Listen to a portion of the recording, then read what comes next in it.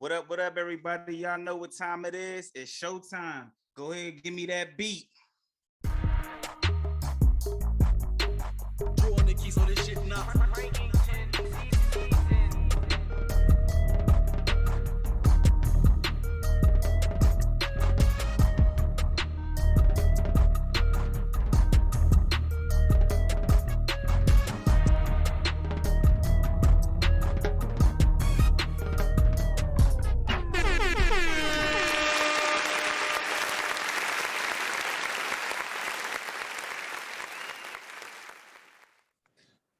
What's up, everybody? Welcome back. Y'all know what time it is. It is the Man Cave Sports Podcast. I'm your host for this week, Jae Jones. I got my squad in the building again. With me again, G Money, Willie B. Say what's up. What up? Hey, I'm rocking the Nationals, trying to get some reverse luck out here. Let's go. Get some W. Okay. And we got our second guest of the podcast from Montgomery Blair High School. Coach Sam Nosoff is in the building with us. He gonna kick it with us. What's up, Coach? How you feeling? How you doing, guys? I'm doing well. How are y'all? Good, man. Good. Can't complain, man. Can't complain. Willie, how you feeling, man? How you doing, baby? I'm cool, just chilling in the cut like I do. Okay, all right. Hey, G Money, how you feeling, man? How was your week? How was everything? Hey, week is good. Weekend's even better. You know what it is. Okay. 24 flavors over here. All right, you look good. You look good without that Nat shirt though on, but we already know how that goes. So, and Coach Sam, how you feeling, man? How you feeling? I'm doing well. It's been a long week for us. We got state standardized testing going on in the school, so schedule's all messed up. But I did hear it's going to be warm this weekend. I prefer it cold. So when you start talking about 100-degree heat index, air conditioning's going on for me. Hey, me and you both. Man, I do not miss them standardized testing days. Woo. So, Coach Sam, let me just ask you again, thank you and welcome for coming on to the show. You're from York, Pennsylvania. You graduated from York Suburban High School in 2006, and you played football at York Suburban High School. Just if you could give us a background of what it was like growing up in York, Pennsylvania, just like the town, the atmosphere, just give us a little bit of your background history. Yeah, so I mean, first of all, I appreciate you guys having me on. This is definitely a unique experience. I feel like a local celebrity now that we're doing well at Blair. But York is very different from down here in Silver Spring, that's for sure. Okay. There's a lot more green grass and farmland and wide open areas and a lot of space between houses and stuff like that. It was different up there. We had school districts too, so I'm still getting used to one big county being controlled by one person. Up in Pennsylvania, everything's a school district, so you've got a superintendent for each individual district. And we certainly weren't a hotbed for football in the York Adams League in Pennsylvania either. Okay, all right, okay. I would say come up a little bit further in the county, or come out all in the area. You'll get some more green grass and open space. It's here. Yeah, I only go out that way for Brew Belly and a couple of the local breweries. Lone Oak. It's a bunch of them out here, actually. Yep. Yeah, it is. Yeah. I ain't mad at that at all. I see you played college football as well at Delaware Valley College.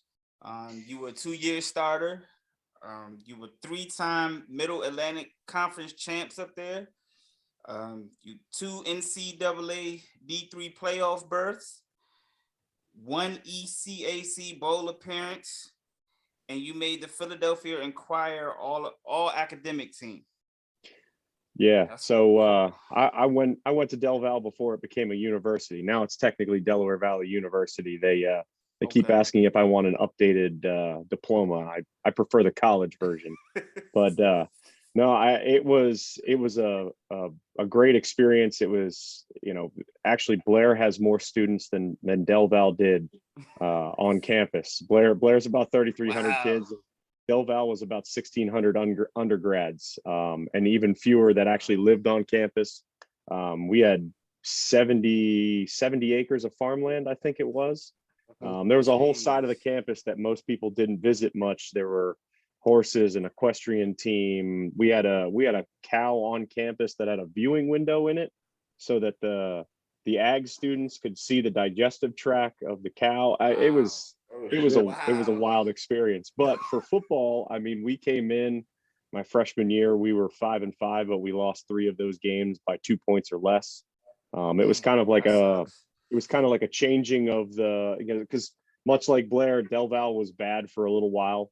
New head coach came in, kind of turned the tides, brought in some bigger recruits. My sophomore year was the first kind of taste of postseason play. It was Division III, so they have a playoff format for Division III, but the teams that don't make it kind of get what I guess you could consider as the NIT little conference. That's the ECAC bowl that we played in. And then my junior and senior year, we were fortunate enough to have some damn near undefeated teams. A couple of guys that were one the quarterback I played with. He's actually getting inducted into the Hall of Fame at Del Val tonight. Just some special guys there. My last official football game, my kind of claim to fame, my last official football game in college was against Mountain Union in Ohio. And that was when Cecil Shorts III was out there, and he was everything at the college level. I mean, he was that fast. He was balling. Yeah. That's what's up. Did y'all win? No. We were part of the statistic that year where like everyone that year had scored less than 7 points on them. We got 3. Dang, man. Well, hey, it beats a donut. Yeah. No, we weren't shut out, but I thought the first play from scrimmage was 65 yards to the house. Damn. They had, we thought we were badass, man. We went to Canton, Ohio. We saw the Hall of Fame, staying in hotels. We roll out, and it's snowing. 2, they've got season ticket holders for Division III football, and all the season ticket holders are on our sideline yelling at us. Damn. Yeah, it was a fun experience to kind of have for the last one, if you will. I mean, I've got 3 rings from winning the conference. It was, and I'm probably the most prideful Division III football player you'll meet too. I talk about it way too much. You gotta rep it, man. Ain't nothing wrong with that. You gotta rep it. I was gonna say you got the rings. I wanted to see the rings. Oh, I got them tucked away in the box. They don't see. Okay. They're so big that you can't even wear them. They're as gaudy as possible. Okay, all right, that's what's up, man. Rep your team, rep your squad, man. Ain't nothing wrong with that. Well, I had to put the green and yellow. I had to put the green and yellow in the closet for a little bit. Now that most of the colors are red. Okay. I see. What's your weight and height? You played on the line, offensive line, you say? Yeah. So when I was playing, I was about close to 6 foot, and I was playing at about 280. Almost immediately after I stopped playing, I lost most of that. I was eating 2 breakfasts, 2 lunch, 1.5 dinner. I was short, so I had to be big. I dropped that down. Now I think I lost a little bit of height at some point. So about 5'11" and a half, and probably pushing 240. Okay. Yeah, it happened. I lost some height in there too somewhere. I know it. I swear. I was thinking about it earlier today. I was about to start Googling things, but I said I start stretching and doing some more exercise, and maybe I get it back or something. I think it was a little bit of gravity and a little bit of just banging heads with guys for 11 years. Woo. Now, Coach, did you model your game, like as you were in college playing offensive line in high school? Did you model your game after any particular NFL athlete like that was on the offensive line? Did you have like a favorite person or player? No, to be honest with you, I really didn't watch a lot of NFL growing up. We weren't a big NFL family. Both of my parents, they were more into hockey than NFL, so we didn't really watch a lot of NFL growing. I was a Steve Young fan, so kind of default to the 49ers. though I don't actually own any 49ers gear. So, when they win the Super Bowl, I'll be the biggest 49ers fan you've met. But, up to that point, I don't really have much stuff. So I didn't really model the game after anyone. I just realized that I was less of a baseball player and more of a football player as I kept getting bigger in high school. Got you. Okay. All right. Cool. You played baseball? Yeah, I played baseball up to my sophomore year of high school, pitcher, catcher, first base. I think at one point I was the third string right fielder. It's, on a Legion team somewhere, but primarily pitcher and first base. Okay. They got some baseball cats. Oh man, J and G. They hipping me, they trying to get me up to speed on everything. Yeah, ain't nothing wrong with that. There's nothing wrong with that, man. We here for Willie. We got you, Willie. You teaching us some things too, So we here to help each other, baby. We here to help each other. I could dig it. So cool, man. Your coaching career. Now you went back to your high school, York Suburban High School, to coach. You started off as the offensive line assistant in 2011, and in 2012 you were the O-line coach. Just give us your how did that feel, just going back to your old high school and being able to coach? Oh, it was awesome. When I graduated from Del Val, going back home, and I had a couple of internships locally, so staying at home. The offensive line coach that I played for when I was at York Suburban, he was now the head coach. So, I just started coming around practices just to see how the team looked and kind of catch up with all the coaches that I had played for. And I think I was there enough that they said, you might as well just do this for real. So I helped out. There was already an offensive line coach, but since, we had enough guys in the program for it to command a second person, I stuck around, offensive line assistant. And then he left to start his own business the following year. But it was great to kind of give back. It was unique to see. It had been 4 years, so I really didn't know anyone in the program anymore.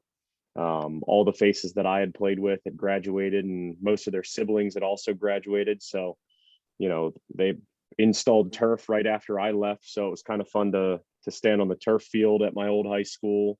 They had a second practice field that was turf, which was kind of fun too. So it was unique. It was a good experience. I still kind of follow them as they go. Now they've completely switched helmets, and they've switched jersey looks and all that kind of stuff. Yeah. They're completely different too. Okay. All right. Cool. All right. Cool. Well, Coach, again, we appreciate you having you on the show, and we will jump back into your coaching career at Blair and everything like that.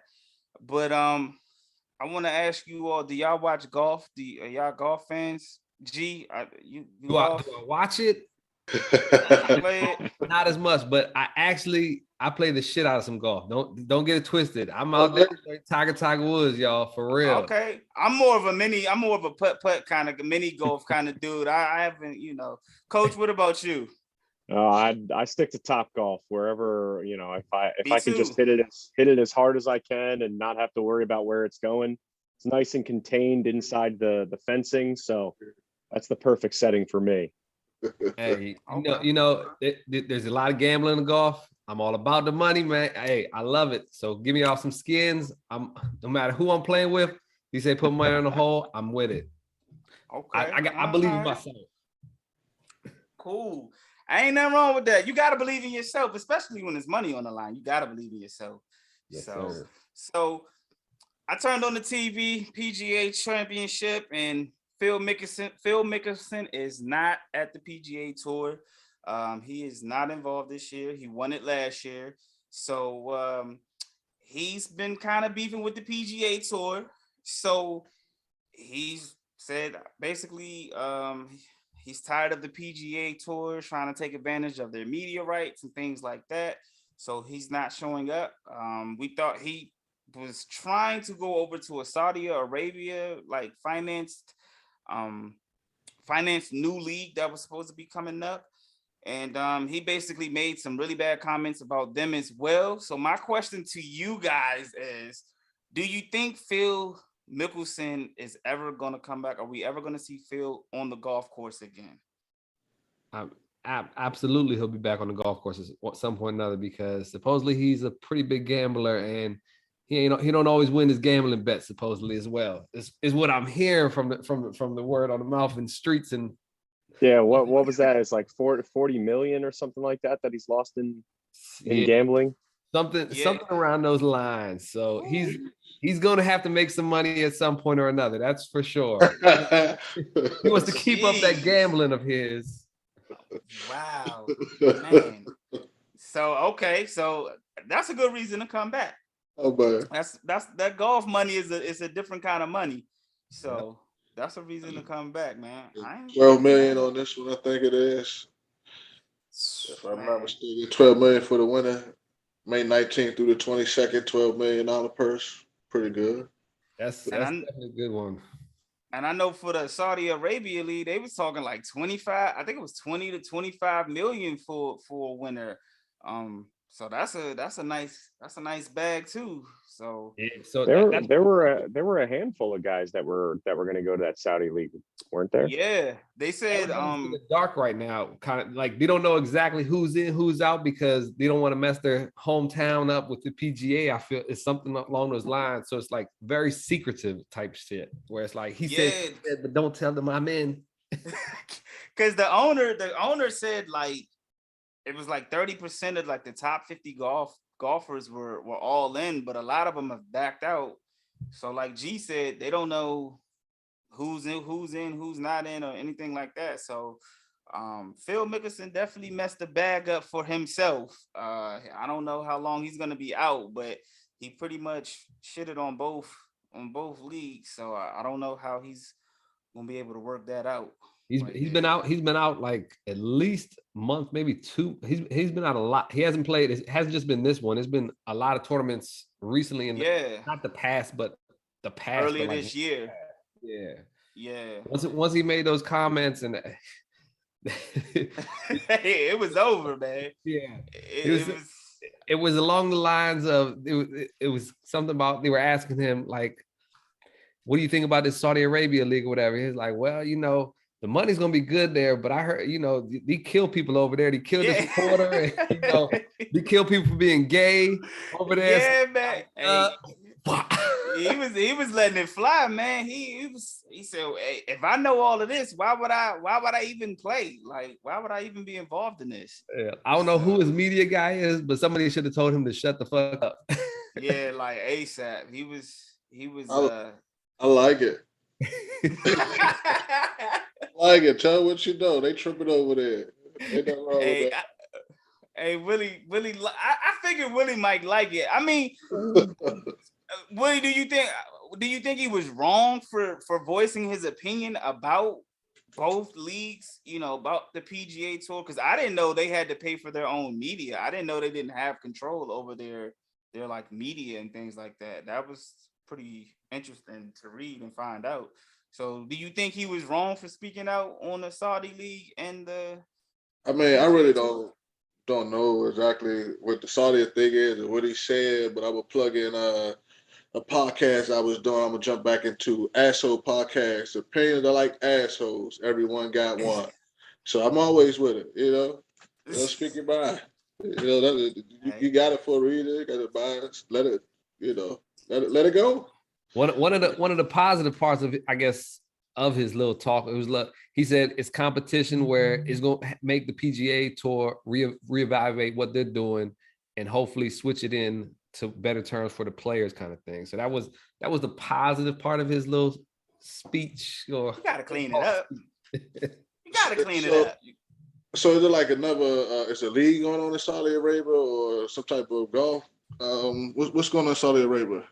So it's a new league that's supposed to challenge the PGA Tour, and it's funded by a Saudi Arabia investment group.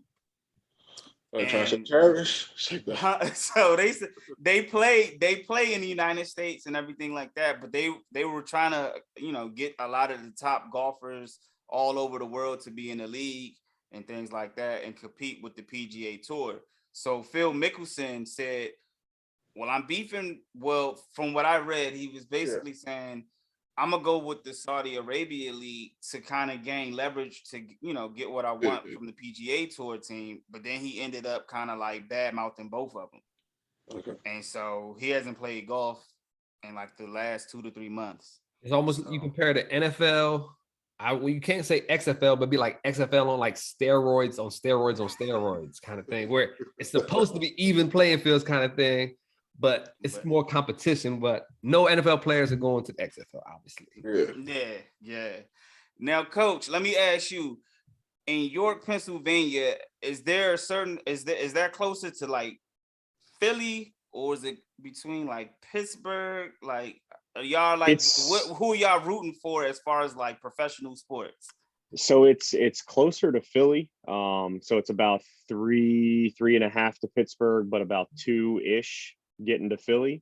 But I grew up anti-Philadelphia sports, so I wound up, but I'm all over the place. I wound up Penguins fan for hockey. I wound up an Oregon Ducks fan for college football, 49ers fan for NFL because I rooted for Steve Young. I'm a little bit everywhere, but one thing I don't sway from anti-Philly stuff. So I'm assuming you're not a 76ers fan at all? No. I have a rule for all my fantasy sports teams that no matter what, never take a Philly guy. Wow. Oh, that's funny. It was tough going to school just outside of Philadelphia. I was on campus when the Phillies won the World Series.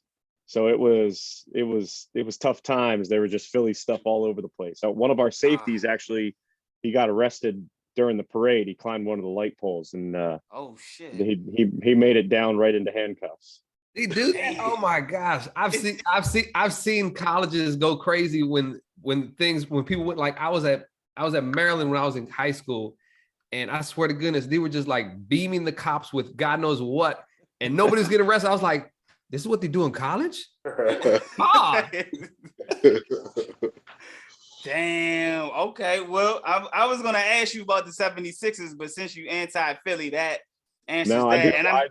I do have a couple of buddies. One of my buddies, his dad is a Sixers season ticket holder. He's actually this was his last year as a Sixers season ticket holder. Apparently, if you're a season ticket holder for the Sixers starting next year, in order to be a season ticket holder for the Sixers, you also have to be a season ticket holder for the Flyers. Get out of here. Wow. So he had to buy season tickets for the Flyers too. And he said, I don't want to go see that. So he gave up the season tickets to the Sixers. They're trying to get that James Harden money. They trying to get that money for James Harden, man. That max deal coming, I'm telling you. The Flyers are so bad, they're just trying to get people to go to those games too. Get to the go? Yeah, I believe it. Damn. Combo deal, bundle package. Okay, all right, cool.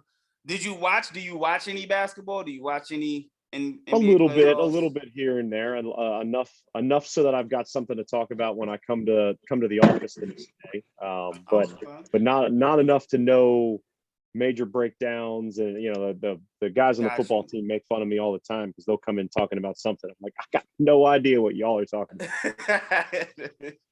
Okay, all right. Well, we're gonna breeze through this real quick. You jump in when you feel need to jump in. I'm gonna throw this right over to Willie, because he went ahead and predicted that the Dallas Mavericks were going to shock the world in Game 7 and beat the Suns, and damn it, they did. So Willie, let me just go to you and ask you: did you see that blowout going in that fast? Did you see them losing by like 33? Ooh, I didn't see anything like that. No. I see my crazy dog running around here in circles right now. But anyway, I didn't see the Dallas Mavericks running in circles around the Phoenix Suns. I thought that they would win, and I thought it'd be a little bit closer. But I'm not surprised. Not too surprised. I think it's a sad, tragic situation that my man Chris Paul, because I really like Chris Paul, but in these big moments, he really I don't know. He fade out, man. He fade out. And Luka, I just became a fan of Luka, but Luka kind of shut a book down. Book we got him. We got him, G. We got him. He a Luka fan. He a Luka fan. Yeah. Was that real that Luka was drinking beer before the game yesterday? I didn't think it was. I seen that picture. I think it was real. I wouldn't be surprised. Luka. Someone sent the picture and said Luka's scoring 100 tonight. I mean, I saw. I mean, I said okay. But I figured someone would have told him he shouldn't be drinking beer before the game. But hey, when you Luka, you putting up numbers like Luka. Hey, whatever works as long as it's legal. Luka outscored the Suns in the first half, or it's tied their score. He had the same amount of points, and that hasn't been done in 20-something years. That's just unbelievable. When by yourself you were outscoring your opponent by halftime, if people on your team putting up more than that, obviously. So that's going to be an ass whooping. Yeah, I mean, Luka did. I mean, he outscored Devin Booker 218 to 164. He out-rebounded Ayton 69 to 57. He out-assisted, if that's a word, CP3 49 to 40, and he had more steals than Mikal Bridges. So, I mean, he literally took over the game. So, if he having a few beers, hey, Luka, my man, do your thing, my man. Do your thing. Whatever it takes to get the job done. Just make sure it's legal. This is why Michael Jordan loves this kid. Go ahead. I'm sorry, dude. What you saying? Hey, I said this is why Michael Jordan loves this kid, because he's a straight killer out there. Like one of his teammates was like, Luka is born for big game. Like he was going hard at like 16, as 13. He was playing in arenas with a security got assault rifles around him. Like this is no big deal for this kid at all. So he was born for this at all. Yeah, that's true. Yeah, that's why he had no problem with calling Booker a pussy. Like, man, Hey, I was gonna say that's when the series changed. Once he called him that, and Lil Wayne called him a hoe. Oh, Lil Wayne did call him a hoe. I don't know what's up with Wayne with that one, man. I don't understand that one. It was Lucas said, "Okay, hold my beer," literally, and did what he did. So, yeah, I told you, man. I better put some respect on Luka's name. So.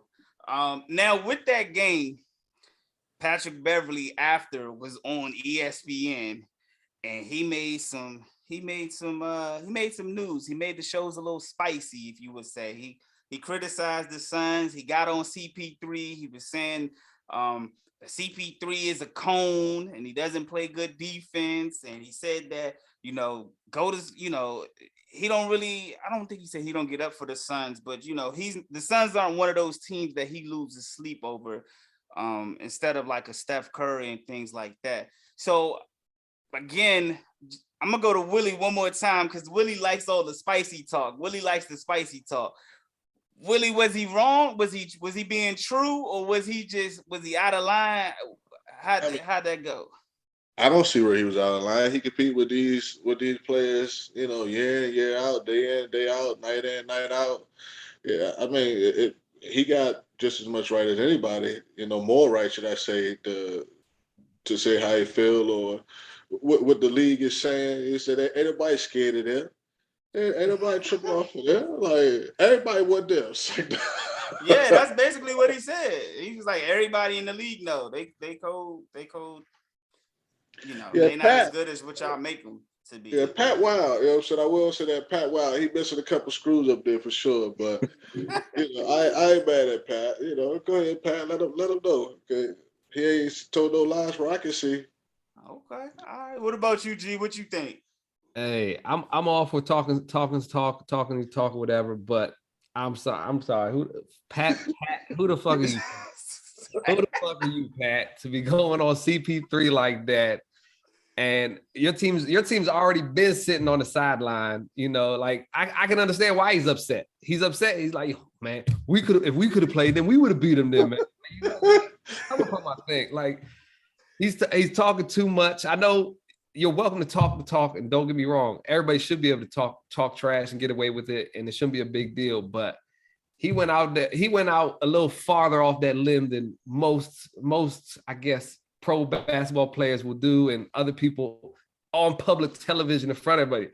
In the arena, on the sideline, on the court, who you can say whatever the hell you want. But I feel like he I don't want to say he stepped over the line, but he probably like just jumped over the line, honestly. Yeah, he like habitually crossed the line. Ain't that what Dave Chappelle say? Like habitual line stepper.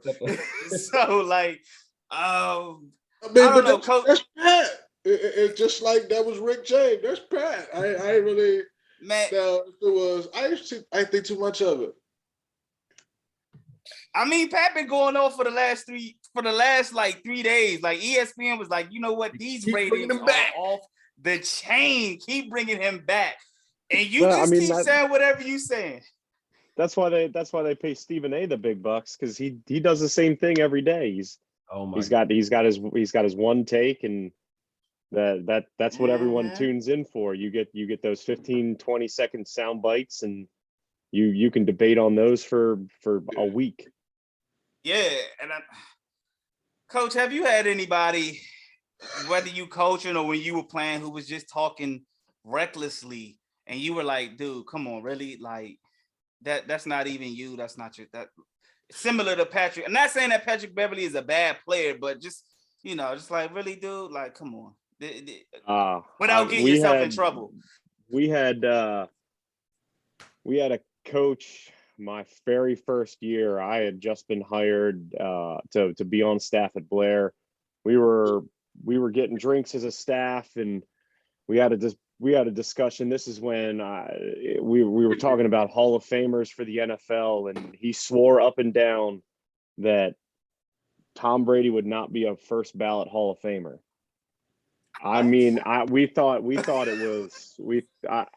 I wish I had it recorded, because it was the most glorious bad take I've ever seen, and he I mean, he did not waver. There was just no way that he could believe that Tom Brady would ever be a first ballot Hall of Famer. Oh my God, that had to take the cake for me.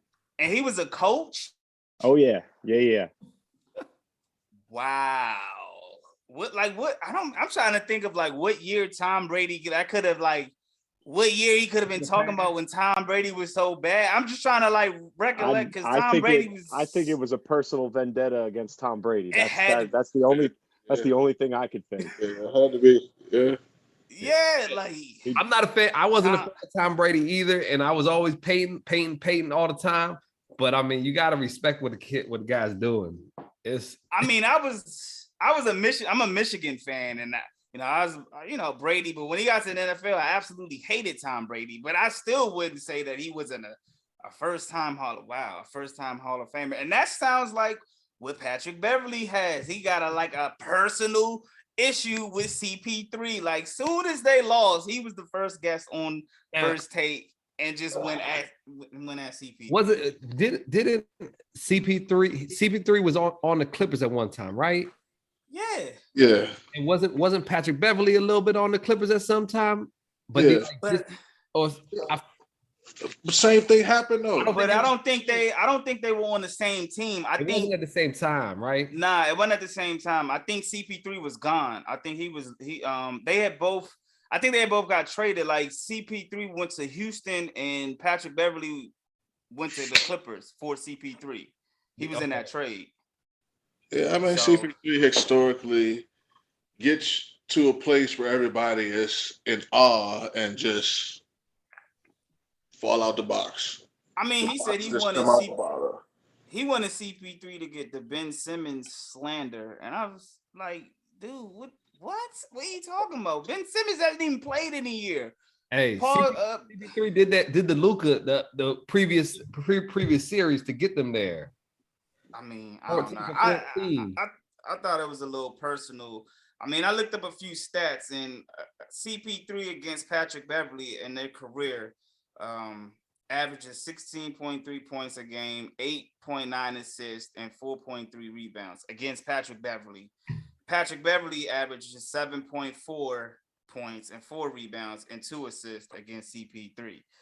So, I don't know, and he said Beverly's game ain't offense though. We know that.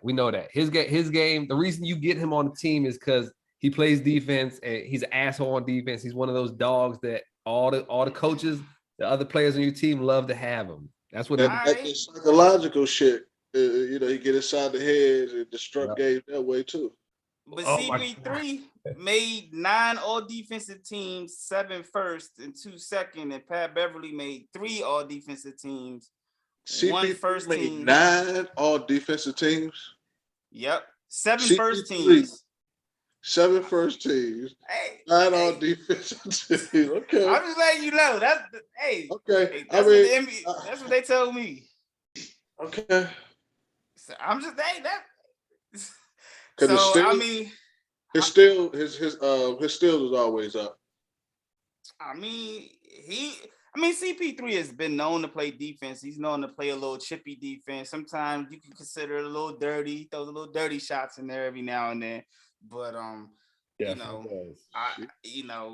thought it was funny too that Patrick Beverly was like, yeah, we don't lose sleep over the Suns when they lost like the last 5 out of 6 games to the Phoenix Suns. So Patrick Beverly might want to go ahead and get some sleep because they've been losing to Phoenix for the last couple of teams. Hey, Patrick Beverly was standing up for New Orleans kids, Alvarado. How CP3 went on him in the conference. He's like, who was guarding me? I don't even know his name. So Patrick Beverly was repping for the defensive point guard guys. There's nothing wrong with that. There's nothing wrong with repping for you, for the defense. So, it's I don't know. I thought it was wild.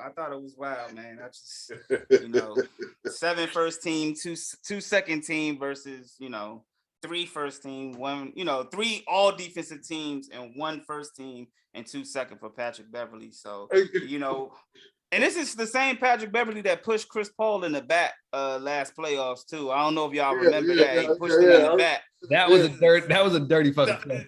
I'm just saying. So it seemed like it was a little personal. So I'm like Westbrook, man. He just be fooling y'all. He just be running around yelling and shouting, man. That's what Westbrook said about Beverly. That may be true, but CP3, man, he giving them. CP3 ain't show up these last couple of games. Yeah, that whole team didn't show up. Nah, they didn't. I said it was gonna be a blowout, but I thought it was gonna be Dallas getting blown out. So, but hey, it is what it is, man. And we're gonna continue to listen to Pat's takes. I guess he'll be on for the remainder of the playoffs. So he's out there talking about Jason Tatum can't play defense and things like that. So he's out there still wilding. So Boston was in a game 7 as well. They knocked Milwaukee out. I think after game 6, I kind of figured that Milwaukee they were gonna go home after that. G got his wish. I thought Milwaukee was your pick. Milwaukee was my pick, man, but they had to win in game 6 and they blew it at home, and none of the role players stepped up. You can't dribble with Drew Holiday and shoot. They missed Chris Middleton. Once they lost that, no chance in hell they was gonna beat Jason Tatum and those guys at home. So I've been catching myself in this Giannis argument every other weekend, every weekday with somebody else or another. Man, fuck Giannis. Nah, he's a beast. But like I tell everybody, if you're gonna be considered the best at the best in the game at this point, I need to be able to give you the ball 15 seconds on the clock from the inbounds play, and you can do what you got to do. Giannis, you can't. He's not that guy. He's the most awkward, uncoordinated, big mother freak. Like he takes advantage of everything, and he's good at it. Yeah, he had 22 offensive fouls. He led the playoffs with that, so he just like to run you over. I mean, he's getting his jump shot. He's getting it. But yeah, been hearing that every fucking year. It's getting there, G. It's getting there. He had a stat line for that series that's history. It was something like most points, most rebounds, most it's a stat line out there. I saw it. I didn't write it down though, but so he had a historical series as far as stats go. He scored. Let me see if I can pull it up real quick. But he did have. He put up 25 and 20. So I mean, and 9 assists at the same time. He was doing everything he physically could, I guess, for the team, except for making jump shots and free throws. You know, that matters a little bit, I think. Sound a little salty over there. He's a little bitter over there, man. Throw the blows while I can. Pat Beverly style out there. I see you, man. Goodness. Like, yeah, he did everything except for make free throws, make jump shots, and damn, woo, man. So cool. Well, Boston is playing Miami. We know G, we know you going Miami because that's your 1B. Willie's going 1B. I mean, that's Willie, y'all are going with Miami, right? I'm going Boston. I'm about to say Willie's going Boston. Okay. I'm going Boston. All right, cool. I'm with Willie. I'm going Boston. I say this, depending on health, depending on if Marcus Smart is gonna be back or when he comes back. Switcheroo you pulling? No, I'm going with Boston. I mean, I know the producer Mike. He's a Miami fan, so he's probably gonna give me shit when we get off here.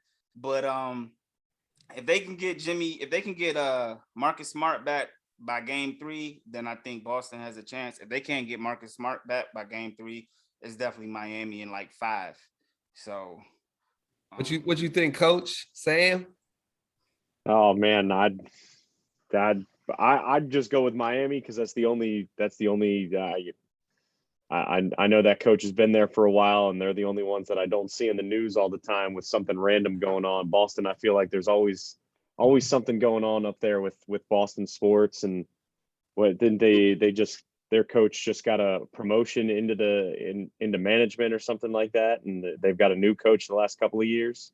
Yeah, last year or this year actually. Hey, as we're recording right now, the game is going on, and I had to take a peek at it, and Boston is up 62-37. So now they were up, and it looked like they were dominating the first game as well. And then Miami just flipped the switch and like, look, this is what we're playing fucking defense. Let's play fucking defense. So we'll see what happens. But that's a lot bigger league than the first game. Yeah. I cut the first one off because I thought they had enough.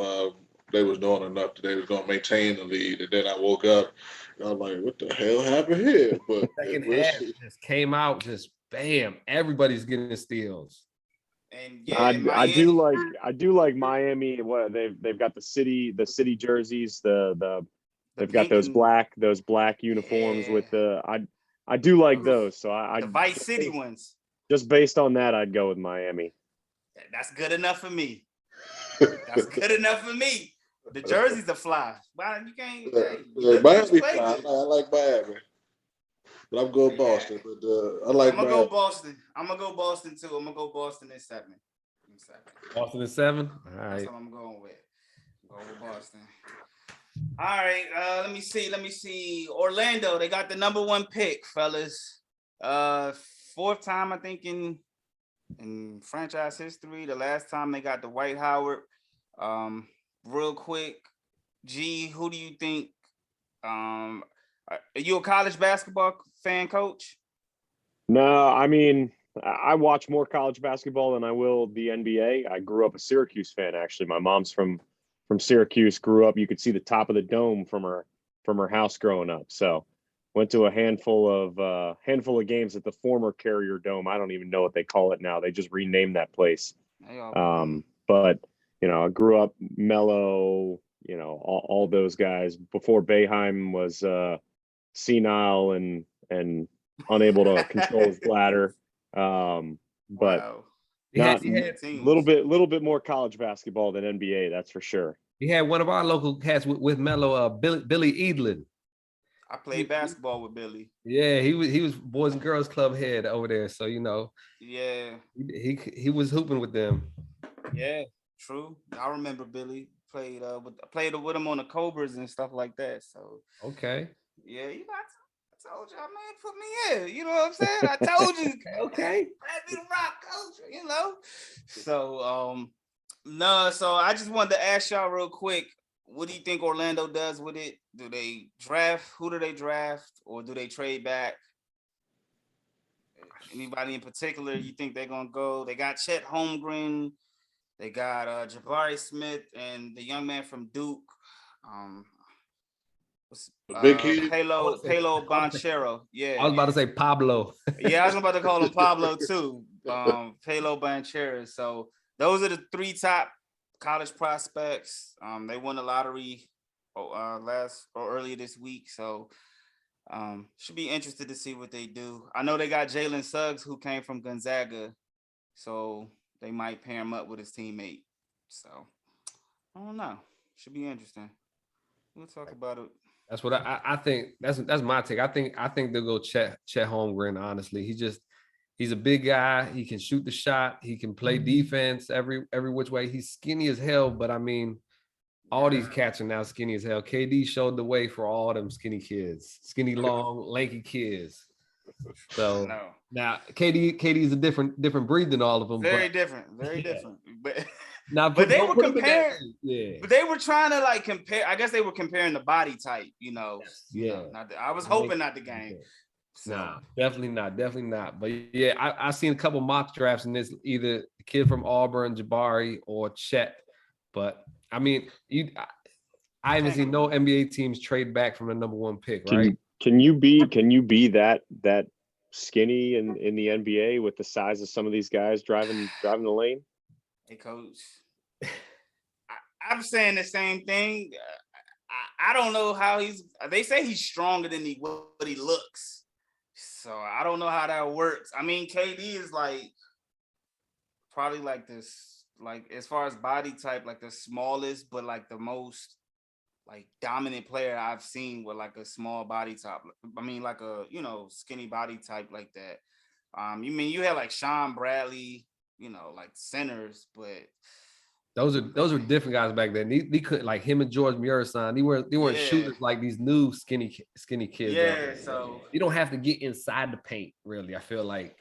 Yeah, that's the craziest thing. I've watched enough, even just at the high school basketball level. I covered most of the Blair basketball games. I've never seen so many big guys outside the 3-point line. Like the shot, the spray chart is just everything beyond the arc, and it's how do we not have the big guy underneath the basket? I don't know. It's the most awkward looking thing. When you talk about things being awkward looking, to me, it's very awkward looking. I don't understand it either. I remember when I was playing ball, it was inside out. I hated it then, but it was inside out. Yeah.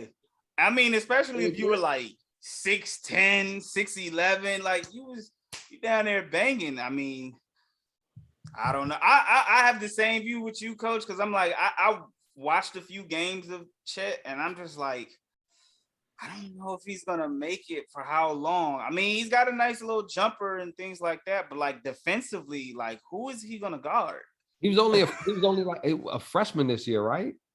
Yeah. Yeah. So I mean, he still got some growing up to do a little bit, but like Coach said, the big man is dead in basketball nowadays. I feel like the whole big man dominated inside the paint. It's almost like Zion is the last hope. Almost Zion Williamson. Is he playing anytime soon? He's been out for a while. It's one thing after another with him. Yeah, he'll be back next season for sure. He said. It sounded like from what he was saying, it sounded like he could have played this year in the playoffs. He was throwing ball off the backboard, dunking between the legs, and saying that the game went to game 7, he was going to try to suit up. So hopefully he's back next year. But Steph Curry destroyed it all for everybody. Everybody saw what Steph Curry's doing, just shooting it, and everybody's like, man, he's amazing. I can do that. I can get on the court. I can shoot it. And it's like, no, you can't shoot it like that. Please. At all. James Harden too. James Harden will step back. We got what's cat we got cat, what's his cat name? Carl Anthony Thomas. Towns, yeah. Yeah, Carl Anthony Towns won the 3-point contest. Yep, yeah. True indeed. So he's sure you can get better. All right, we're gonna see what Chet can do. Cat gets it done inside too, though. Cat does get it done inside as well, but he can stretch it. he can definitely stretch it as well. Yeah. They call that. Even Dirk, but Dirk wasn't that skinny though. Right. So I mean, Dirk was kind of Dirk was small. He ain't really had too much muscle to him. When he first got in, but he wasn't as small as Chet. You said he's a freshman coming out. Like he was a one and done guy. Yeah. I mean, you're talking what is he? He's gonna be 19, 20 at the most. I know he went to like a prep school type thing beforehand. So he's probably, like you said, 20 maybe. Yeah. You got it. You're 20 years old coming out. Your body isn't even fully developed yet. He's barely even hit a college weight room yet. Yeah. Somebody they gonna welcome him to the NBA. He gonna get that welcome, whether it's Embiid, Joker, whether it's, even Zion, because Zion plays, big man as well, for him to be under height. Like, he's not as tall, but they put him on the 3 in the, at the small forward, power forward position. So I'm interested to see that matchup too. Zion Garden or Chet Garden, Zion Williamson. He's definitely not going to guard Zion. They're going to be like, switch. No way. Oh, man. It's going to be interesting. And it was another rumor flying around that the possibility of LeBron James getting traded. Have y'all, Phil Jackson talking about he was thinking about trading LeBron James? I did hear along those lines where Phil was like, look, and I mean, his girl is Jenny Buss, right? That's his woman, pretty much. So he's got his fingers in the organization, as you say. He's halfway in the organization. Okay, we're gonna leave it in the organization. Go into that. Go talk a little bit more about that relationship, G. Go ahead. Furthermore, there's a tip in there, but he's bedroom talk. So what's it call it, man? He said he's like, look, he wants to, supposedly it was Bill Plaschke from ESPN. He's also on ESPN. He was interviewing, but it's all off the record, is what he's saying. So none of it's on record at all, but off the record, Phil is not a fan of LeBron and everything he brings, because Phil's a coach, and if you know LeBron and you know the game, LeBron's the coach on every one of his teams. So if you're a coach and you can't actually coach, why are you there? You're just standing there telling people, okay, I think you can sub and check with LeBron first or whatever. So, but he Phil's a big fan of Westbrook, he says. So he's like, look, we trade him and we keep Westbrook here and we can make this work. Because obviously you're going to get a king's ransom for a king, right? You would think. Are you? Would you? I mean, what do you get? What do you even ask for LeBron? Like, what do you? Are you asking for a first round pick? Like, what do you? I want 20% of your revenue as well. Like, what do you get from LeBron? Like, what is that trade proposal? Like, that's interesting. Dang. Is this the setup so that he can play with Bronny? Talking about he don't watch basketball, man. I do watch the news at least, and I have Twitter. I follow a few things. Twitter keep you informed. Definitely a good spot to be informed. But he did say that he would go wherever his son landed. But his son just went to prom, so I'm guessing he's a junior, maybe senior. He was at the same school with Chet Holmgren. Actually, I watched that. My wife had this Netflix on. It was all about their high school. It's stupid high school. Sierra Canyon. Yeah. It's on. I started watching that because Dwayne Wade's son went there too, and Kenyon Martin's son. So, I don't know. I know that Phil Jackson also was talking about, I don't know if y'all heard this, he was also talking about trading Kobe back in the day as well. So, and apparently Kobe had kind of like asked for a trade too. I don't know what was going on there, but obviously we know that trade didn't go through. So it's not new that Phil likes to, trade those star players, but we already know that, back when LeBron was with the Cavs, Phil was with the Knicks, and he called, LeBron's crew the posse, and, it's been kind of little tension between those two ever since. So that pillow talk, we're gonna see how that works out. That bedroom talk, that pillow. You say ain't none of y'all Jordan. Okay, all y'all tradable. Ain't none of y'all Jordan. Yeah, that's right. They was gonna send Kobe over to Chicago. It was Detroit. I thought they was gonna send Kobe to Detroit for somebody. It may have been Chicago, but one of the Midwest teams. But yeah, so that bedroom talk, turn off the lights. So should be interesting. Coach, now you're a hockey fan. I see you got the hockey pictures in the back. It seemed like you were a Penguins fan. Yep. Yeah. No.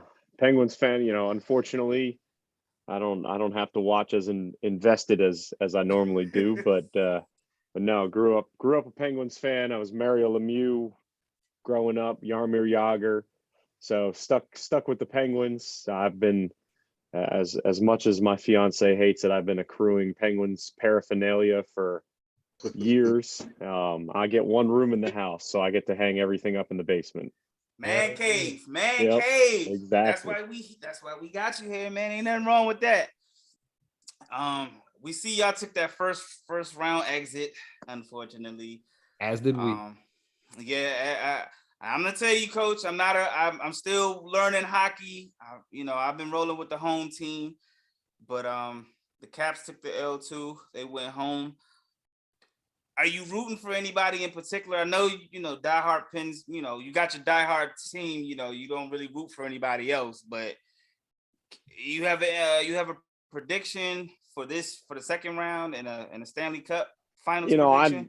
I'd really like to see the Avalanche win it. I think they're due to win one. I mean, they've got the team, they've got the guys, they've got the ability to score. It's really going to come down to whether they have the goaltending to back all of that up.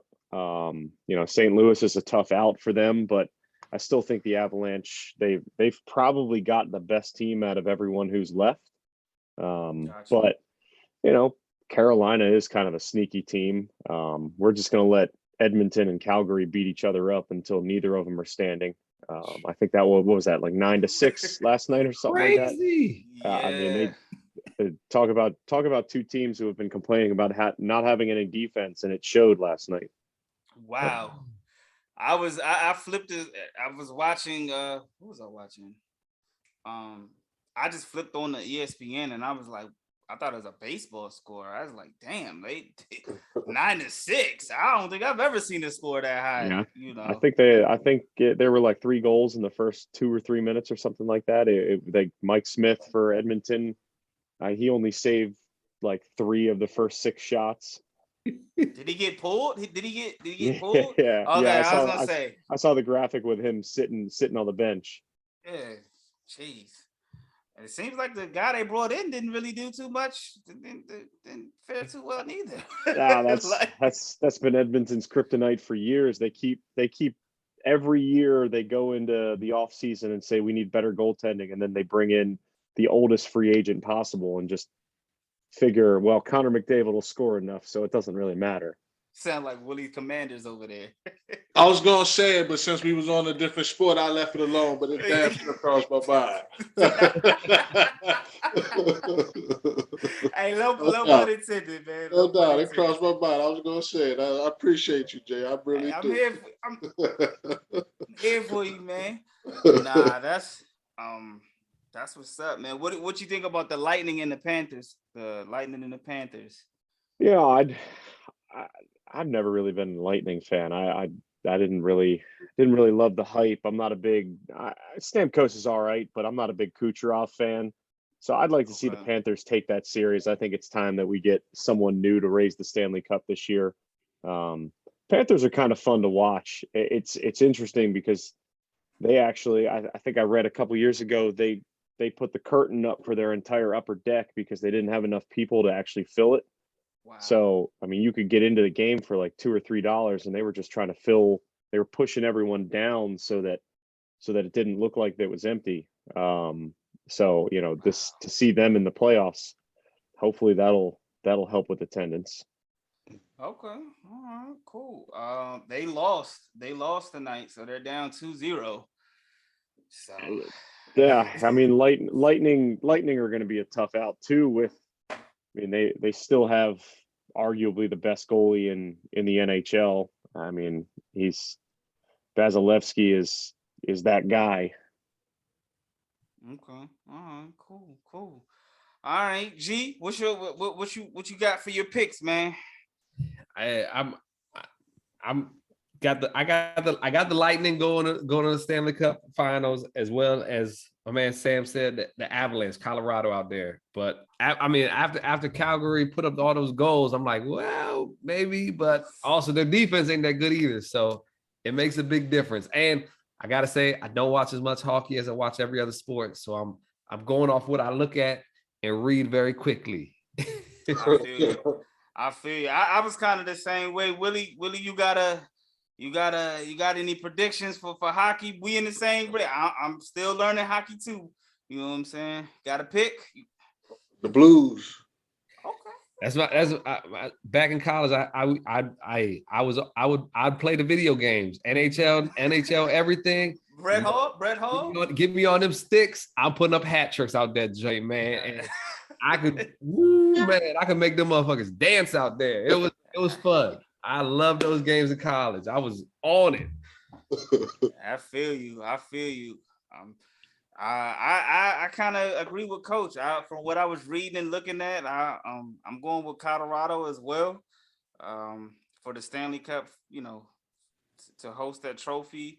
I think I got the Avalanche, and I want to say the Lightning in the finals, duking it out, and the Avalanche winning. So that's my playoff prediction. Now, Coach, I need you to help us break down. Are you a fan of the NFL? Yeah, no, I certainly watch a lot more NFL than I used to. I through fantasy sports, and just the fact that Sunday's really the one relaxing day. So put Red Zone on, put another game on the TV, the second TV, and that's the day. Let's go. All right, cool. It's relaxing sometimes because I'm stressful. I get real stressful watching football. But fellas, let's talk about the AFC West real quick. The AFC West, they have taken the offseason by storm. They've got plenty of offseason additions. Some teams lost some players. Let's give me your breakdown on, I guess, who do you think will win the division based off what you've seen as far as the offseason, what you see on paper. G, you want to start us off with what you got, who you got winning the division, and I'm looking at what I got written down here, and it's hard to say this, but Kansas City is going to feel it when they empty this whole entire bank into Patrick Mahomes' account, because I feel like it's going to catch up to him at some point. You can only get away with it for so long, where you pay your quarterbacks this much money, the rest of your team is going to suffer, and the defense has already suffered a little bit. They actually had, compared to the rest of the AFC West, they had the second best defense on points given up last year with 364. Broncos gave up the least amount of 322, and the team that gave up the most, the Chargers, I actually got them going to be finishing first this year, because I think their defense turns around big time this year. They just added Khalil Mack. They're going to be able to rush the pass. They already got Bosa back there. Derwin James got to be healthy. He's got to be healthy for this defense. J.C. Jackson out there, Asante Samuel Jr., cornerback as well.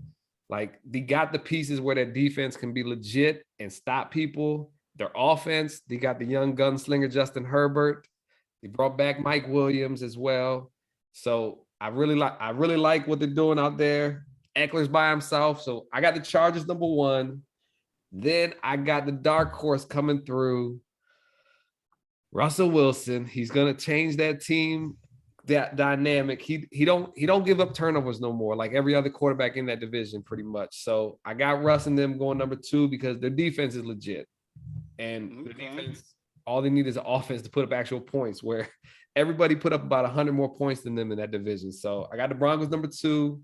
Kansas City, I got number 3, and then I got the Raiders down at number 4. And I know our last guest Malik would not like that because he was a Raiders fan.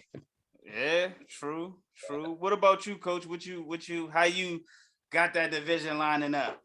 I gotta go with the a little bit of a homer pick. I'm a big Oregon Ducks fan, so Justin Herbert's my guy.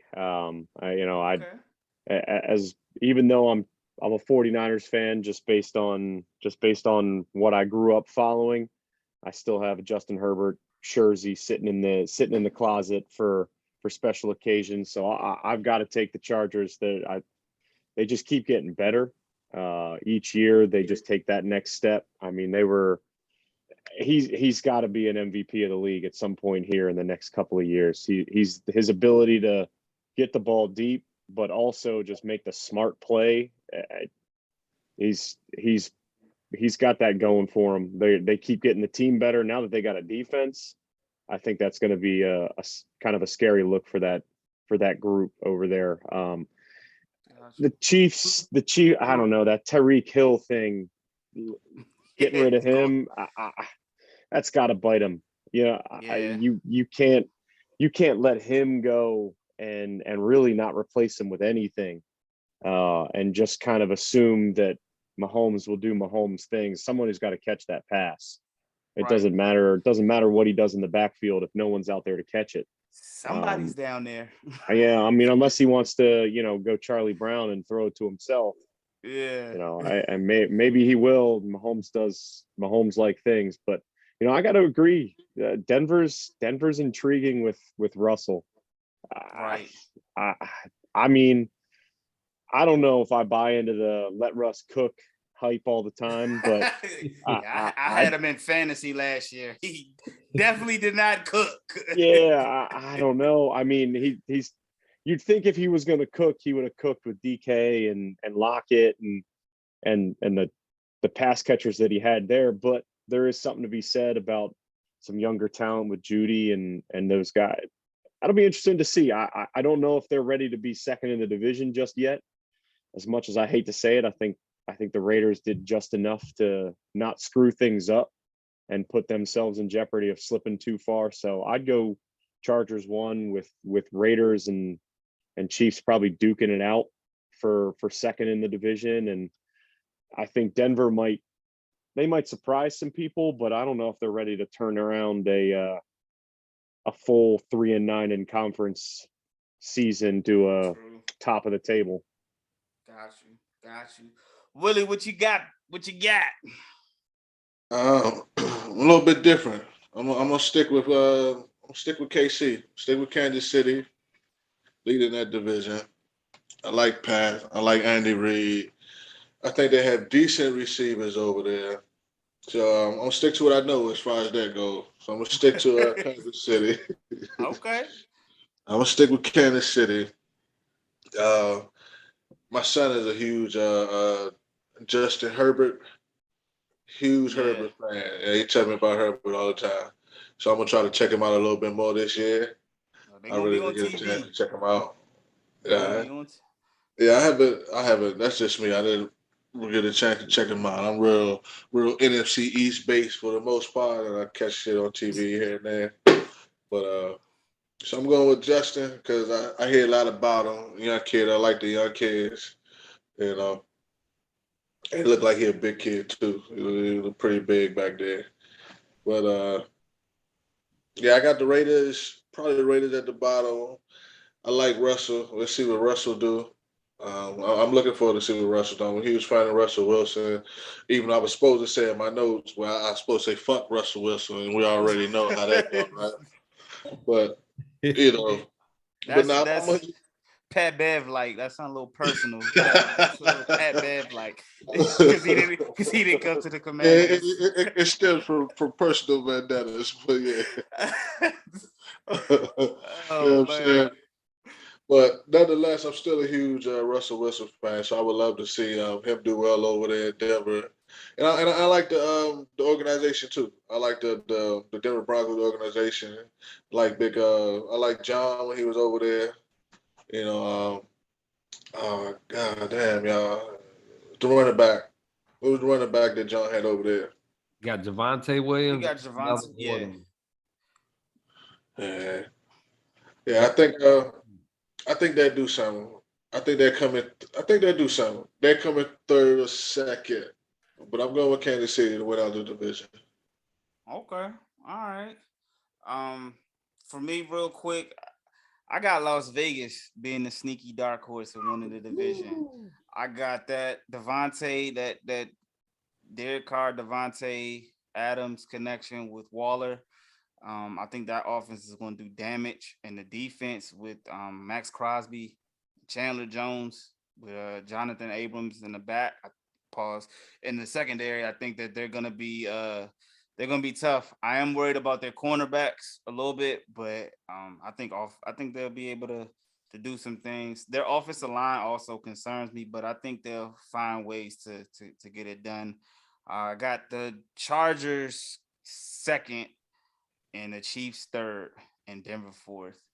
I was kind of going with Kansas City to be at first. I had them as the number one spot, but I don't know. Like Coach said, losing Tyreek and that defensive back, I don't know. It's gonna be tough.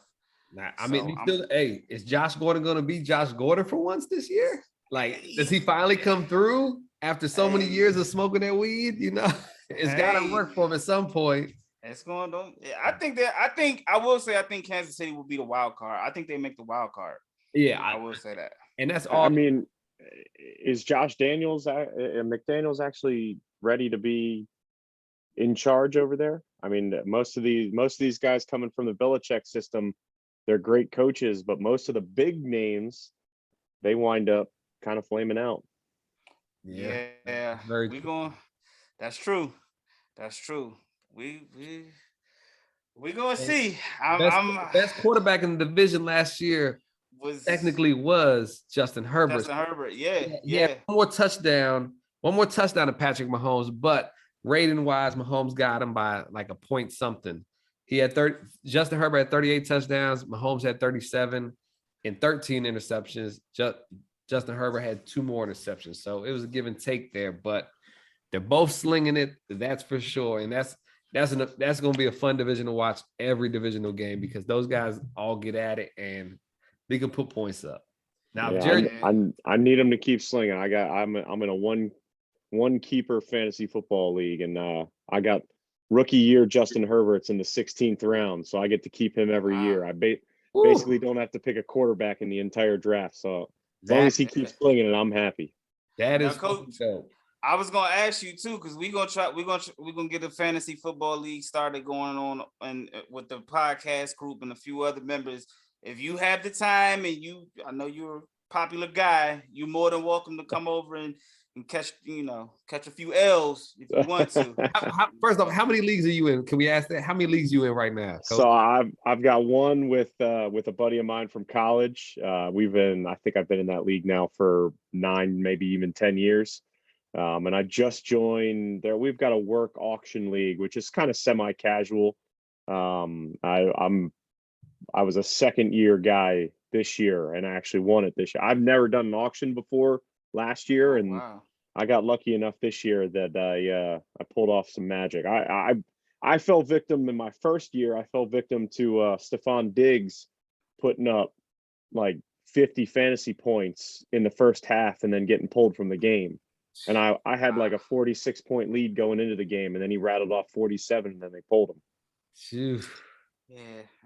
So that means you're open to another league then if you're only in a couple. I would be open for another one. Yeah. All right. We're definitely not doing big money out here. We ain't doing no big money tickets out here. I'm in too many my damn self.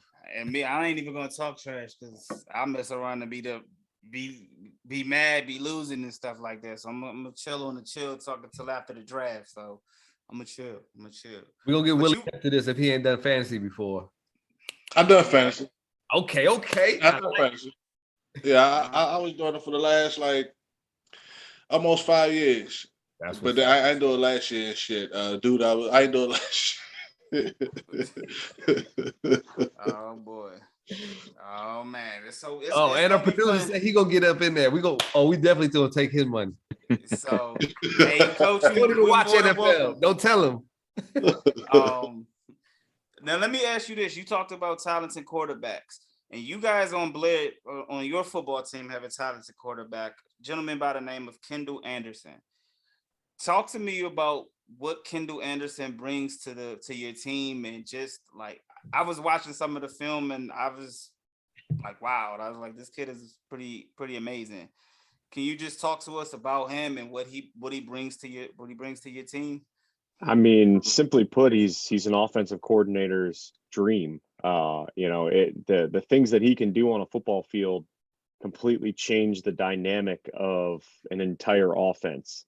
You know, this was his first full season on varsity.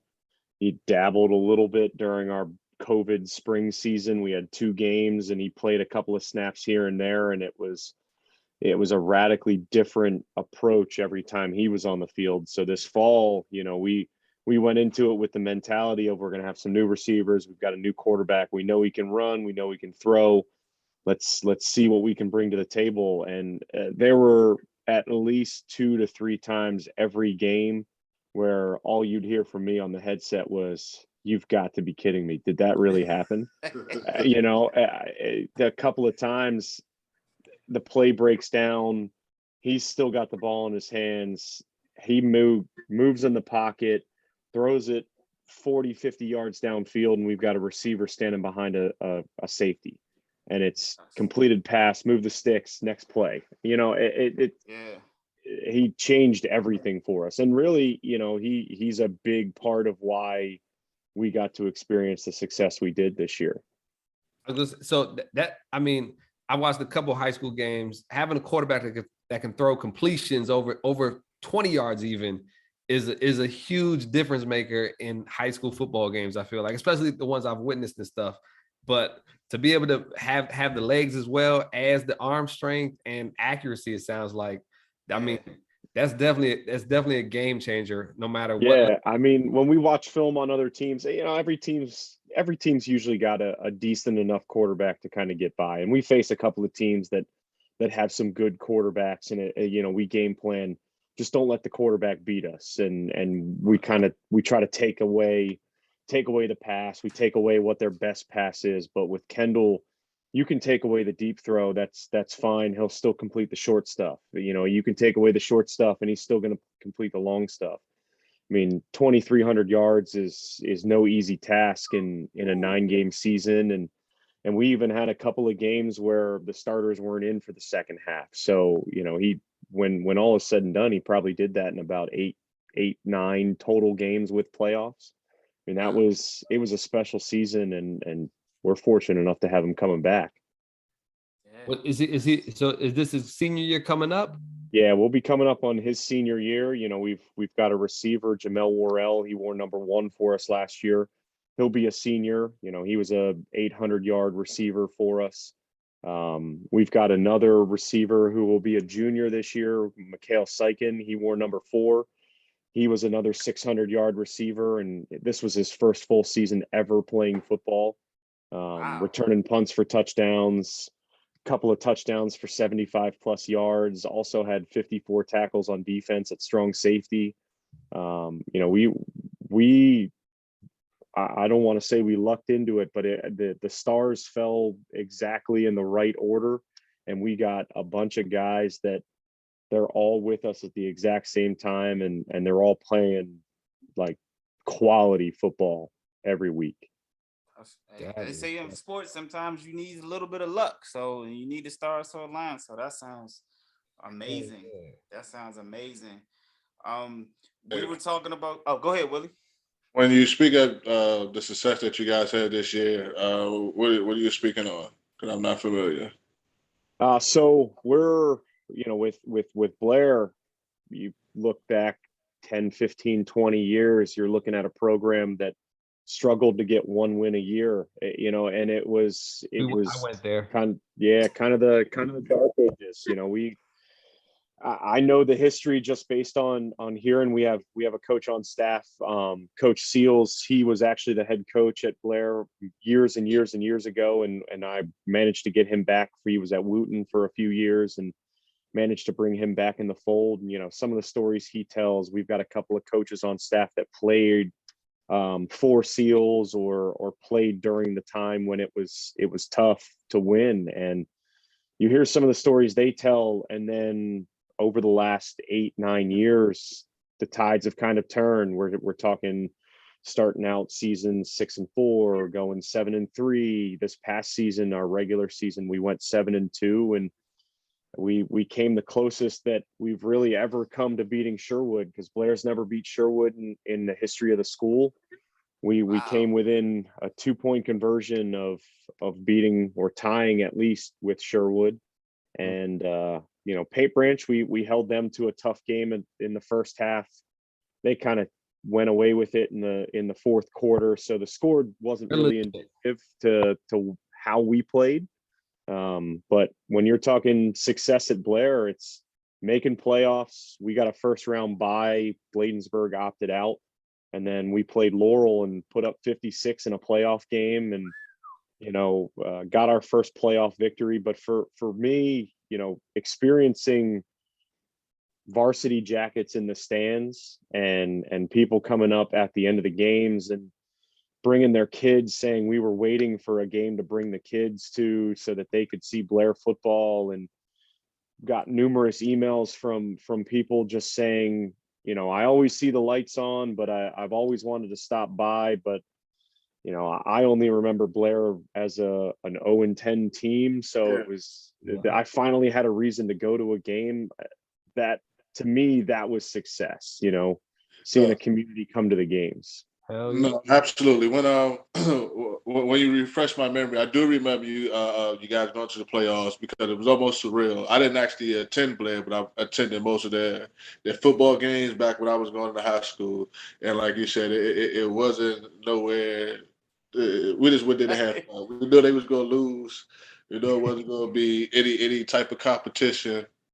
But yeah, it almost seems surreal. Like I do remember now. I do remember the success you guys had. I do remember you winning the playoff games. I followed you guys for a little while because I couldn't believe it, to tell you the truth. I haven't been following. I know our producer, he has been telling us that Blair has been doing well, you know, over these past few years. They've been getting better and better. But yeah, they even hosted the playoff. They hosted a playoff game at Blair for the first time hosted a playoff game at Blair for the first time in school history last year, I believe. Yeah, no, I mean, it was fun for our kids. You know, it's all having news come by, you know, their interviews during the course of the week leading up to games. And you know, we were one of the spotlight games when we played Sherwood. We were one of the spotlight games of the week, so they had the live crowd shots, and you know, our cheerleaders are getting recognition because they're getting shots, you know, from the camera. And we've got one of the best student sections, definitely down county, but I'd argue our student section is one of the best in the county. And being able to highlight what they can do, especially after a year and a half of not being able to attend sports. I mean, it was just fun, and the kids enjoyed it. You know, it obviously didn't end the way we wanted it to. We wanted to be playing in Annapolis for a state championship, but it was all part of the building blocks. Now we've made the playoffs. We've won in a playoff game. We went up against the big dog in Wise, and we know what it looked like to play against a team like that. So I'm excited to take the next step for the program, which is now the minimum is round 3. You know, we've got to make it past round 3 now. I can feel it. You want it. Hell yeah. You planned it for it already. I can feel it. You see yourself back there. You see what you need to do.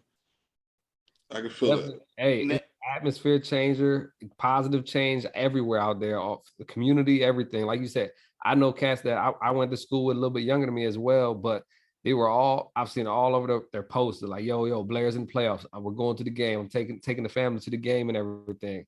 To have just like the crowd have your back, for the kids to feel that atmosphere, just that positive reinforcement from everybody in the crowd, it takes it to a whole nother level. And obviously you're playing for more than just yourself when you're on that field at that point, really. So I know all the kids over there gotta be enjoying it. You as a coach, it just yeah. I mean, it was a big athletics year for Blair in general. I mean, our field hockey team, they went to a district championship for the first time in their history.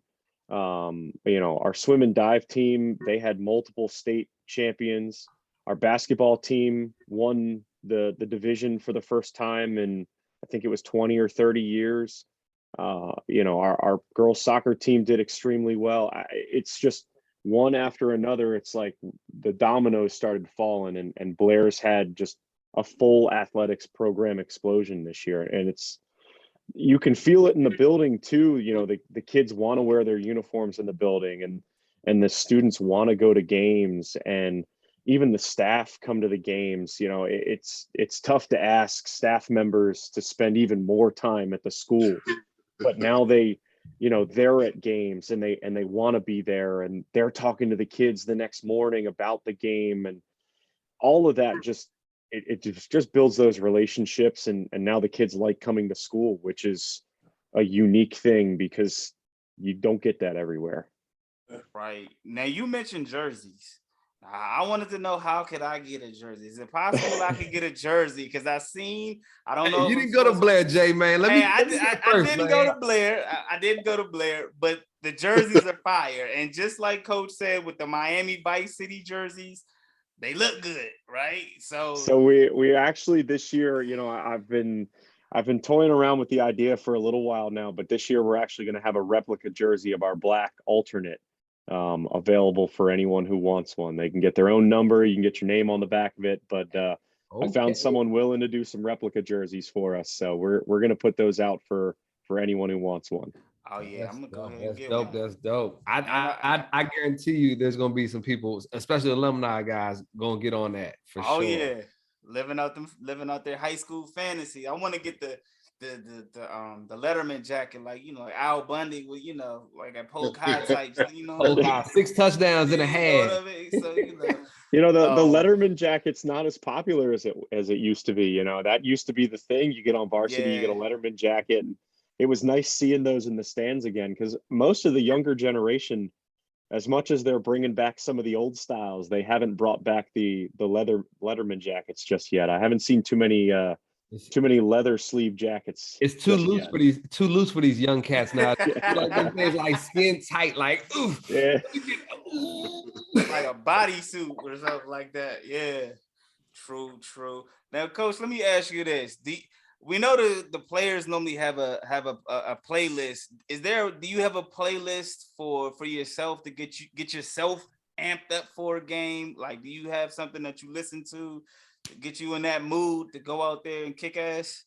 For me, I used to, when I was playing in college, I knew if it was an away game, I knew by the minute what was going to play before the game started, what I'm getting off the bus to. Now, I'm on a game day. It's so different being a coach than a player. These guys are all listening to music, getting excited.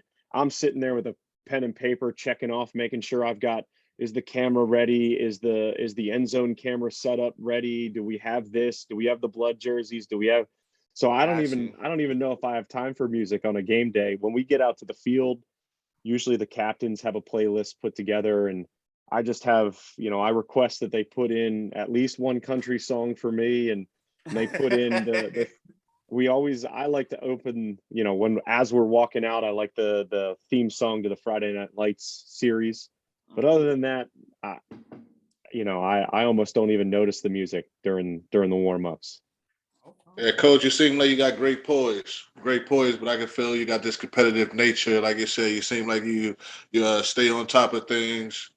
And most definitely a good coach, a good guy for your players to follow, look up to, and play for, I can imagine. Yeah, no, you can ask my athletic director, all the other coaches. I got a checklist for everything. I've got charts, I've got sheets, I've got checklists. You name it. It's all about being prepared for me. If you're prepared, then the game itself is easy. If we've watched enough film and we know what the other team is going to do, and We know what we're good at. It's just a matter of playing the game and having fun, because we already did the hard work. The Friday night stuff should be the easy stuff. So, you know, if we're stressed out on a Friday, that means we didn't work hard enough Monday through Thursday. I like that. I like that.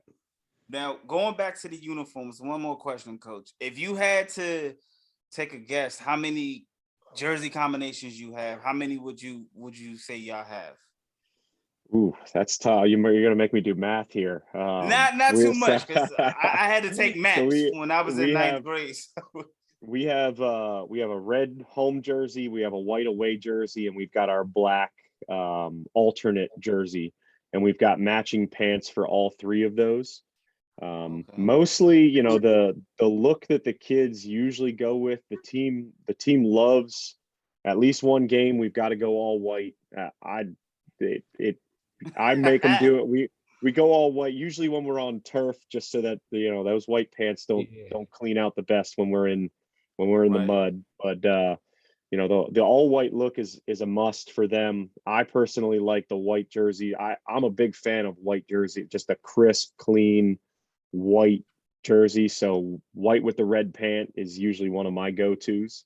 But I think this year we might be using the blacks just a little bit more. We switched to matte black helmets this year with a brand new logo design on them. We're gonna have a chrome pitchfork coming through the front of it with chrome numbers on the side. So I think that's really gonna pop with the all black. So I'd say if you did the math, it's got to be double digits, maybe 10, 12 different combinations.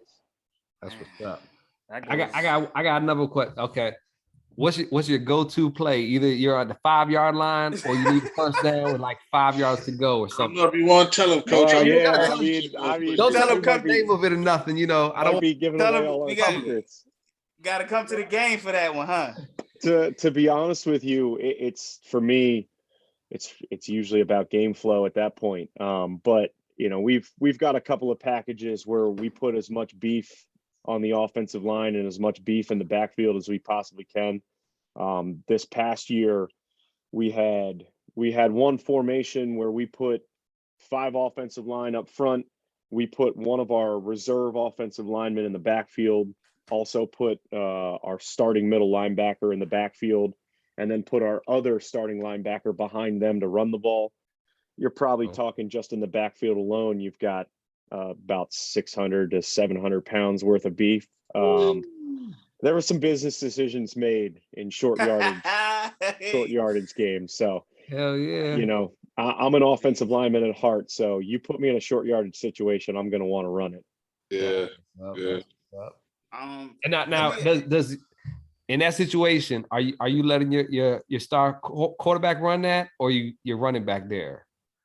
Well, if we're going with the heavy package like that, I write it on every single play card I make is don't get cute, just get the yards. So, you know, when all is said and done, just get the yards, man. You give it to the guy who's going to fall forward and at least get 1 or 2 yards.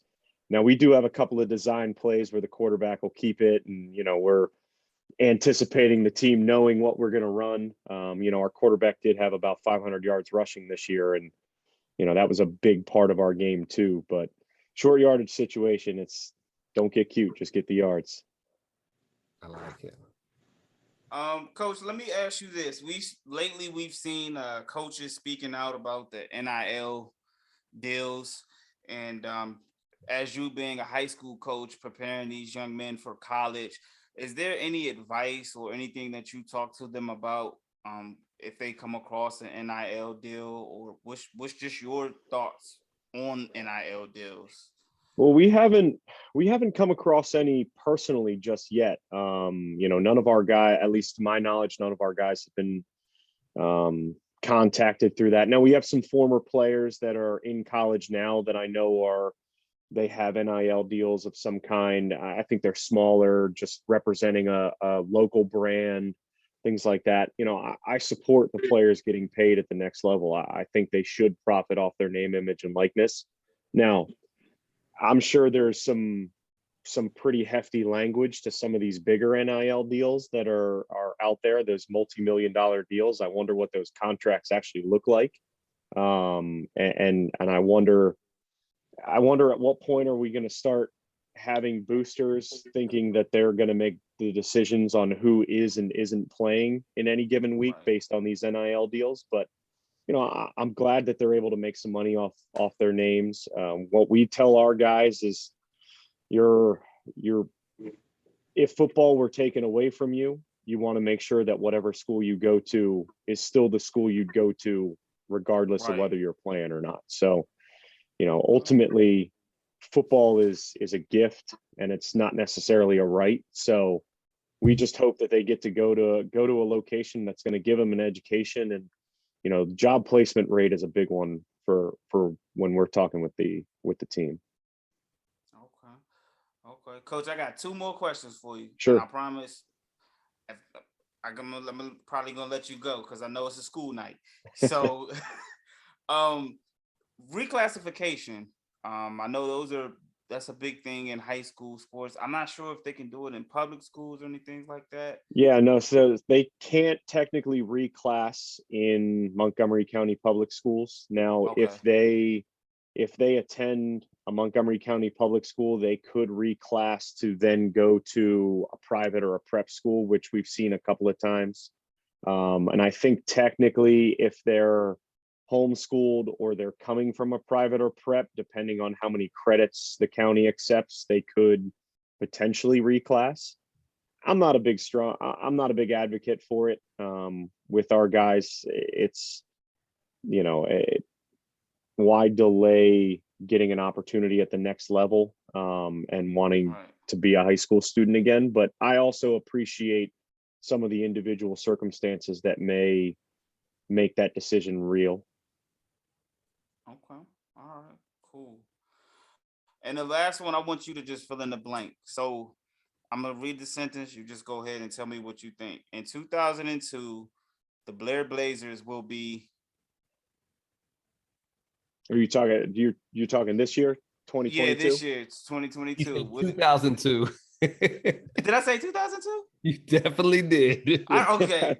I thought I was going to get a history lesson, and then I was going to fill in the blank. Okay, in 2022, the Blair Blazers will be. That's a blooper. In 2022, the Blair Blazers are going to win the 4A North, or whatever division we get into now that there's 6 divisions. But this is our year. We're going to put a banner up in the main gym. Hey, I love it. I love it.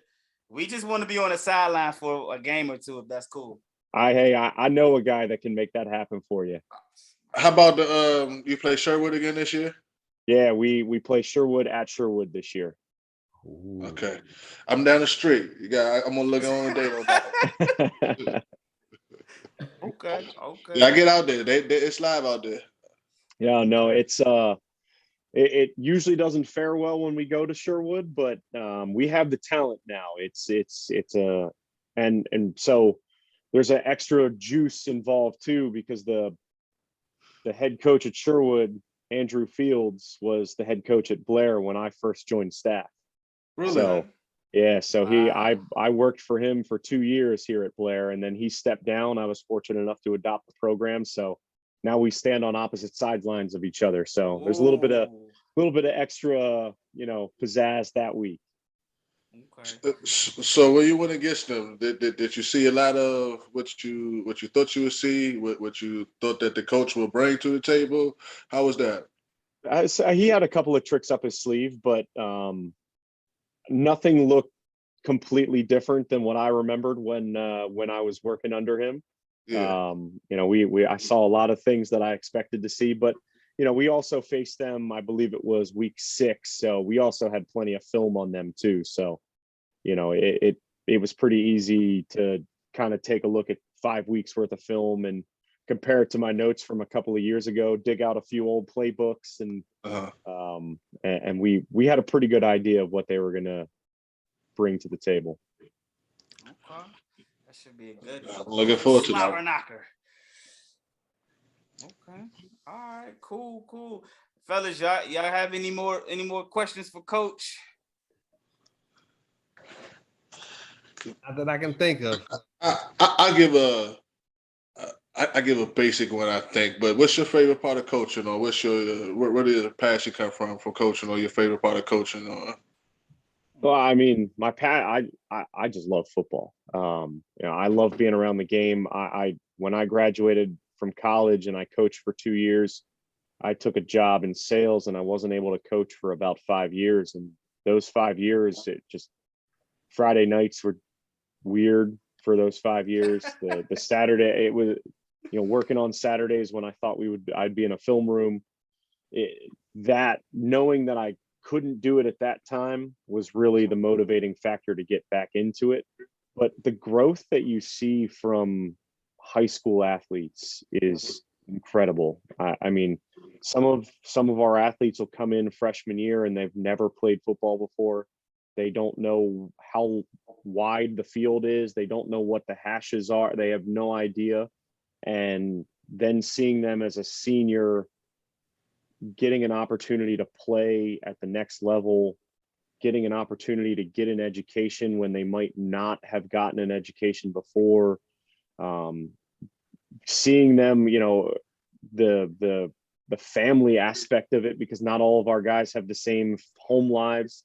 Some of them, when they go home, they're in charge of way more than they should be, but it's, mom and dad are working multiple jobs and there's 2 or 3 siblings. So gives them an escape when they come to us. And I see a difference between when they're in the team and where they were if they weren't on the team. Teachers will come up and say that now that they've joined the team, they're in class on time. They're more respectful than they were before. They're asking questions. They're getting their work done. All of those. I mean, it's rewarding. You're making an impact on lives and beyond football. Yeah. If you can make an impact on someone's life, it's huge. And that I got a question too, because I feel like as old heads, I don't know how old you are, Coach, but I feel like as old heads, I feel like we always reminiscing like, we used to always be about sports, put in the work. And I know as an old head, I definitely feel like the younger cats don't have that same drive as we used to as kids, but I could just be hating from an older head person, What do you see in the younger generation? I know there's definitely, don't get me wrong, there are definitely kids that want to put that work in 100% because that's why we play sports and everything. But as a whole, where do you see this younger generation at as to what we used to be at back in the day? I feel like. Yeah, I mean, it's definitely different. There are no such things as the August football camp is not what it used to be. I remember 3 practices a day and wearing full pads on day 1 and Oklahoma drills. And, the first college experience I had for football was we were up at 6 a.m. on the game field running 300s and just trying to narrow down the field of how many guys were on the team. So, all of those things completely changed. It really comes down to most of our goal each week is to have some sort of challenge for them to meet. If we have competition and we have challenges and I've had to adapt a little bit and get more social media savvy because that's how most of these guys communicate. And, it was a couple of my older buddies from college make fun of me now. We're doing hype videos and we're doing sideline videos and promo videos, and I've got guys with visors on just taking pictures just for just for the gram, and that's what motivates them, and that's what keeps them coming back to the weight room. We've got about 65 kids in the weight room right now, and it's May 19th. We're not putting pads on for about 85 days, but they're still getting the work in because they know at some point all of this is going to translate to the ability to do those things that we did last year, and kind of celebrate those things. So we just had to change the motivational tactics. You can't tell a kid that water makes you weak anymore, because that's the old school mentality, right? So now we found new ways of motivating, which is mainly hype videos and uniform combinations and music in the weight room and all that kind of stuff. Hey, that's big. 60, like you said, 65 kids in the weight room on this at this time of the year. Hey, that's motivation right there. I think y'all want to take a bet that we're probably going to see Coach in a TikTok video doing a dance celebration. Y'all want to take any bets? Any bets? They gonna beat Sherwood. I'm gonna say it now. They're gonna beat Sherwood, and he's gonna be doing a TikTok. Blazers. He's gonna be doing a TikTok video in the locker room on the going to the bus. I can see it now. If that's the price I have to pay to be the first coach to beat Sherwood, I'm in. Sign me up. We're gonna talk it into happening. The win too. We're gonna talk the win into happening. So I'm with y'all. Cool, man. Cool. Do you have a favorite football movie? I always watch Friday Night Lights the day before camp starts. That's my go-to. I think I've done it every year before a camp that I've been either participating in or coaching in. Just the night before, get the Billy Bob Thornton speech at halftime in that state game. That gets me going. When I was playing, I used to do it with my helmet on. I watched the whole movie just with my helmet on. But now I throw it on the night before camp. Okay, cool, man, cool. Well, we definitely appreciate you coming on. And kicking it with us here on the Man Cave, man. You're more than welcome to come back. Just go ahead and tell people where they can find you. Shout out the school Twitter app, all the social medias. Yeah, no, I appreciate y'all having me on. We do have a Twitter account. It's at Blazer_football. I've got a Twitter account as well at Coach_Nosoff. I just finished revamping a website for us so that everything's available. Schedule, rosters, everything will be on there. We've got snapshots of guys that are in college playing right now, and some of the recruiting profiles that we have, and that's blazersfootball.org. I'm going to do my best to keep that as up to date as possible for the season going forward, so that everyone has the opportunity to kind of follow along and follow the stats. And the posting stats online is kind of a dying breed for high school football, so giving everyone the opportunity there is going to be big. High school sports in general for that, I feel like. Yeah. Everything is a mixtape now. Everything is like highlights on social media now. So that's where it's going. So okay, cool, fellas. Go ahead and shout y'all social medias out. Let them know where they can find you. You can find me at GMoney Caveman on Twitter. drink Captain Morgan going through me right now. We're slurring out here. Not yet though. Not yet. That's my Gatorade. Hey, hey, I'll be at a Blazers game this year. That's for sure. Definitely at some point. Definitely. First, just like to wish continued success to Coach. I like what I hear. I like what I see. It's bigger than football for you, and it's about the actual the individual, and I like that. But I also like that you take what you do seriously. I think when we talk about the not having the same drive as we did when we was younger, I don't think that the mentors and the coaches and the teachers and just the elders are there as they were before either as well. So continue to success there. You can find me at Willie Beeman on Facebook. I think that same link, Willie Beeman, will take you to Instagram. And that's where I'm at, Willie Prather, if not. Okay, cool. And I want to say, I'm gonna like G says, he got his 1A and 1B. Einstein is, of course, I graduated, so that's my 1A. But Blair is definitely gonna be my 1B. So I'm gonna get that jersey. You better hop on that 1B real quick then, because slow down, G. I'm gonna definitely get the jersey, and I'm definitely gonna be at a few games.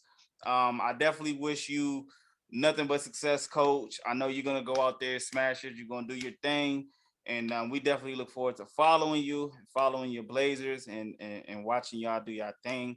So definitely shout out to y'all and you as well.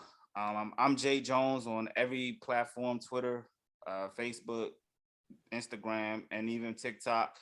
And and we look That's forward why to he asked about them TikTok videos. TikTok, doing little challenges. So, but yeah, man. So we did. That's where you can find me at.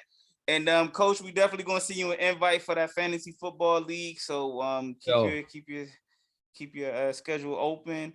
And that is the episode of the Man Cave Sports Podcast. We're gonna go ahead, shut the door on them. Take it easy till next week. Peace.